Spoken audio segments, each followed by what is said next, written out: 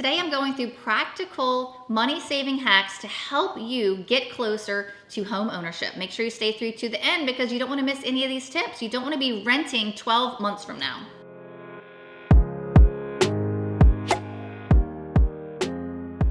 I'm Stephanie Weeks and I've been helping thousands and thousands of people with their mortgage financing for over 18 years. So this is why you should listen to me. This is why you should stay tuned to the end of the video. And I want to say thank you so much for tuning in. I know a lot of people might disagree with me with my next statement, but that's okay. You can comment, you can message. I'd love to hear it. I really do think that in many areas, a $300,000 house can get you a pretty decent house. Obviously not in all areas and not in all cities, but let's just say $300,000 can get you a pretty decent house in a lot of areas. You're probably wondering, how in the world am I possibly supposed to save up enough money to buy a $300,000 house?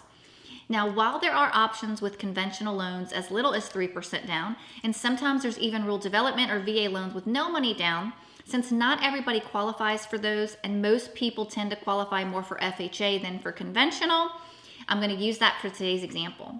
3.5% of $300,000 is $10,500. Let's say that you woke up this morning and decided, you know what, it's time for me to buy a house, and you have no money saved.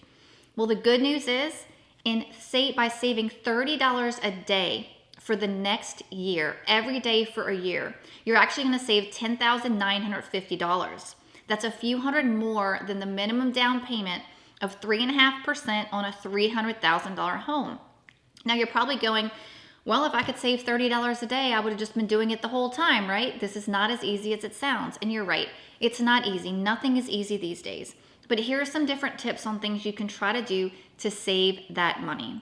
The first thing you can do, don't fall out of your chair. I'm sorry if I'm going to break your heart if you're a Starbucks fan, but those people have got to be charging you $5, $7, $8, $9, $10 a day for coffee. Like, that blows my mind, okay? But a lot of people spend that money and they don't realize how much it adds up. So one thing you can do is think about it. Even if you get a really nice cappuccino machine and you get even really fancy cups, love my cups, and you even get like the cappuccino that comes with the milk and it comes with the coffee, even that can save you hundreds of dollars a month by making that special coffee at home. Another thing that you can do, which a lot of people don't realize, but every single year, I like to call every single vendor that I have an account with. Like if I've got an AT&T cell phone, a Verizon cell phone, if I've got Spectrum for internet, Mediacom for TV, whatever it is, look at each of those accounts and call that company and negotiate a discount. They'll really at first tell you no, but once you tell them you're thinking about switching because everybody else has got these big super deals for new customers, you can generally get at a minimum of $20 a month off your bill. It's another super great example.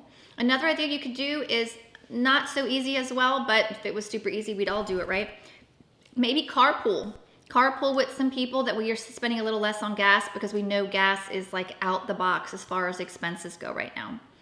The other thing you can do, and a lot of people don't think about this, but let's just even talk about paper plates. Random, I know, right? But if you go to like, I don't know, Walmart, and you get 25 paper plates versus you go to like Amazon and get their product, or you go to Sam's, you can probably get 500 paper plates. And you're like, well, why do I need 500 paper plates? But if you really look at the cost of both, and it saves you so much more money by buying in bulk, like all of these little things are little dollars here and there that you can put towards your $30 a day.